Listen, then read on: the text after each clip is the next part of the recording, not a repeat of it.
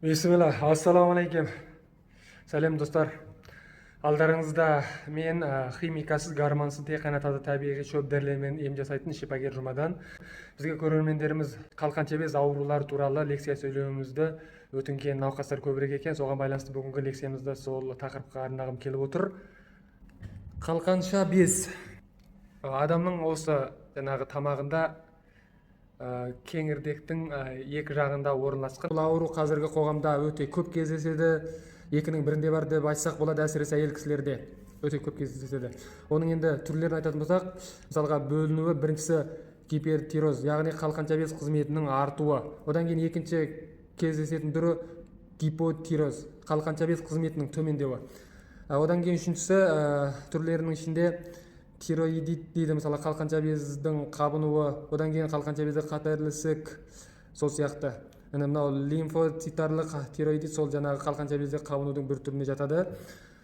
Енді мынау көбеюі, яғни бұл қалқанша без өзі жаңағындай адам денесінде бір генератор деп айтсақ болады, бір ток тарататын генератор ұқсасақ болады. Яғни ол адамдағы зат алмасуға байланысты осындай гормондарды бөліп шығарады.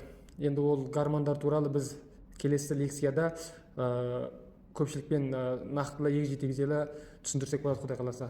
Яғни соның қызметі артып кеткеннен кейін адамда жаңағы мысалға тамақты көп жейді, ас қорыту жүйесінде болса, қарны ашып тұрады, көп жесе де тоймайды.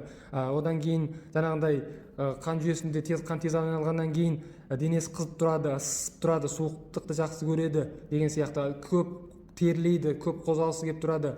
Осындай белгілерін айтуға болады. Енді бұл гипертироз сол әйел кісілерде көбірек болады. Ал екіншісі мынау қалқанша бездің қызметінің төмендеуі, нақ сол жаңағы қалқанша бездің қызметінің артуына қарама қарсы, яғни адам жаңағы тамақты жегісі келмейді, тамаққа тәбеті жоқ, одан кейін дене салмағы артып кетуі мүмкін. Одан басқа көп сөйлегісі келмейді, қозғалысы келмейді, әрекеті азайып кетеді, қол аяғы жаңағындай ағаш сияқты қатып үйіп тұрады, есек сақтау қабілеті төмендейді, іші қатады, суықтан қорқады деген сияқты.